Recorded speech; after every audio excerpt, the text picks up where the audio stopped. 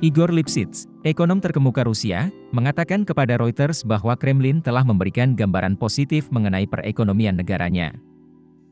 Ini dilakukan bahkan di tengah diberlakukannya sanksi Barat. Namun situasi sebenarnya buruk, katanya.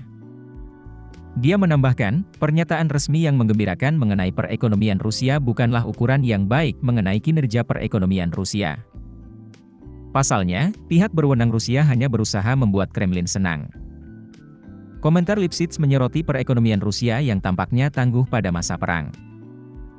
Bahkan kini dinilai berkembang pesat berkat belanja militer dan negara yang besar. Fenomena ini membingungkan banyak ekonom, yang memperkirakan perekonomian akan terpuruk setelah invasi besar-besaran Moskow ke Ukraina pada Februari 2022. Perkiraan resmi menunjukkan produk domestik bruto Rusia tumbuh 5,5% pada kuartal ketiga, dibandingkan tahun lalu. Sebagai perbandingan, pada periode yang sama tahun lalu PDB Rusia mengalami penurunan 3,5%. Namun pertumbuhan tersebut tampaknya tidak menghasilkan kemakmuran bagi banyak warga Rusia di lapangan. Sebagian besar penduduk Rusia mempunyai upah yang sangat rendah, kata Lipsitz.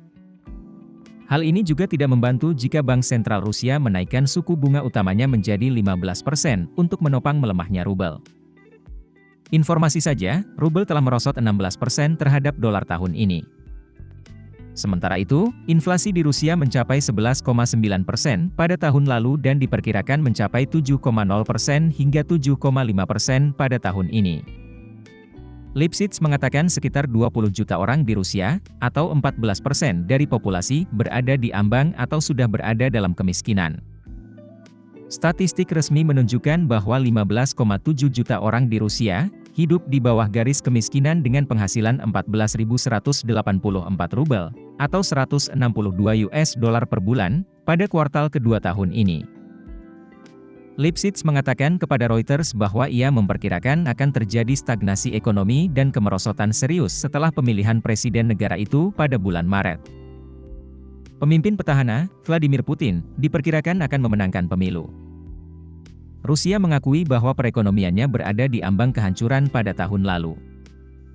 Namun kini mereka mengklaim bahwa negara tersebut telah berhasil melewati sanksi dan berada di jalur pertumbuhan yang kuat tahun ini.